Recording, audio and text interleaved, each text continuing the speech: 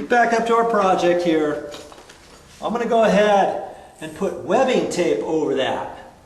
Okay? And the thing I like about webbing tape is it's kind of sticky.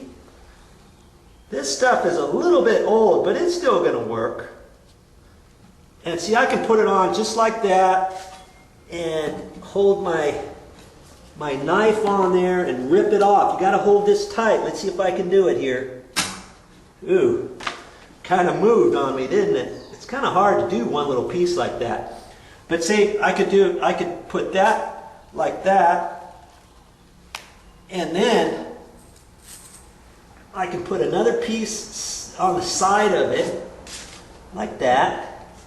Let's see if I can't rip that off a little better this time. Kind of want to do it at an angle as you're pulling. See, I kind of pulled it out of 45 and that came off easier. Now see, I'll put quickset mud over that, and that'll kind of fill up behind there, behind the little holes, and that'll make a nice patch. And I could put a third piece on there too if I want. I mean, I can do pretty much whatever I choose on that. Now, see there how it pushes in a little bit? You think, well, what's the deal with that? Now here's something else you could do. I mean, you could put something on like this, and then you can kind of push it into the hole a little bit if you want. Just a little. Pull that off. And then you can fill that up with mud and then sandwich another piece on there. I mean, however you want to do it. But we get done with that, it's going to be fine. Okay? And you could do that with tape, with paper tape if you want. You'd have to cut a little strip and kind of fold it in and have a little pocket in there and then back out. You know, fill that up with mud, put another layer on top of it. You know, anything to make that nice. Once it gets all finished off, we'll go ahead and caulk that edge there too. This whole edge of this door trim is going to be caulked. Make it look really nice. Okay, so I'm going to go ahead and decide. I'm just going to put this over. I'm not going to make a pooch on it. Pull that at an angle like that. And you know, this webbing tape here is kind of old, but it's still going to work. It's not as sticky as brand new webbing tape. I'm going to go ahead and put just a third layer on there.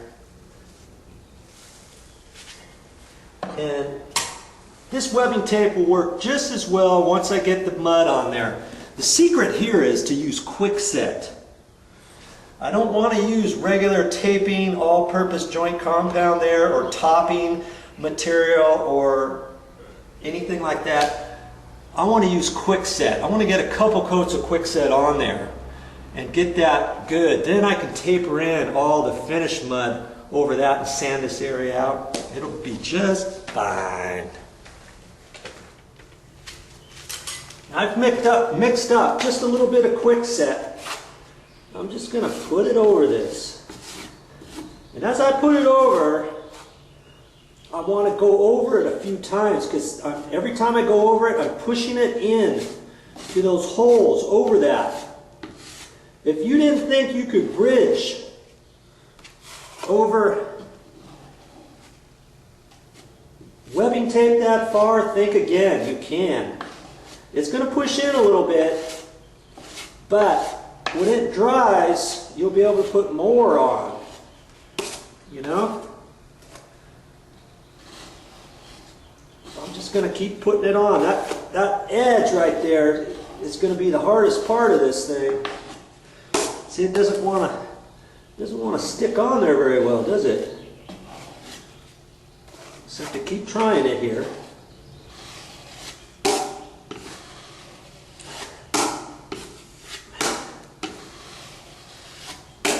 Okay.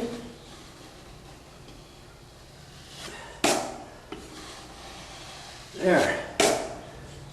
Now I can leave that, and I can let that dry. I don't have to have it perfect, you know. I can let that dry a little bit before I put some more on. Then on the next coat, see, the more I play with it, the worse off it gets. So you just want to put on enough and then let it set.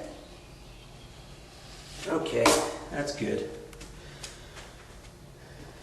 We'll let that set. I got 45-minute mud, and this is going to take a while to dry, but then once it dries, I can kind of shave off any high spots or sand off a little bit, and then the next coat will go on that much easier. For a patch such as this, I'll put on a second coat of Quickset, and that'll make it way smoother. And then after that, I'll put a coat of all-purpose mud on top of that, and then I've got to let that dry.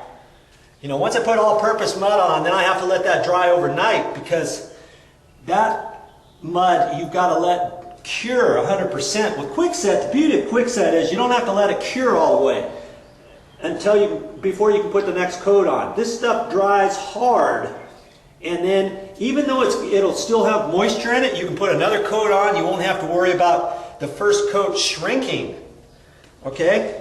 That's the beauty of this stuff. If I put regular mud on there right there, just now, I'd have to let that dry all day for it to cure properly before I put some more on. Then I have to let that dry all day. Then I have to put another tight skim coat on and let that dry before I sand it. You see, I mean, that little patch right there could take me feasibly 3 days to do the patch properly with regular all-purpose sheetrock mud. Whereas with this, I can put 2 coats of Quickset on here in about an hour or so, or less, depending what type of Quickset you put on there. And then after that, I could put my all-purpose joint compound over that, and then let that dry overnight, and the next day, tight skim it, and it's ready for prime and paint. Easy greasy. That's all I have for this time. But I'll be back with more videos.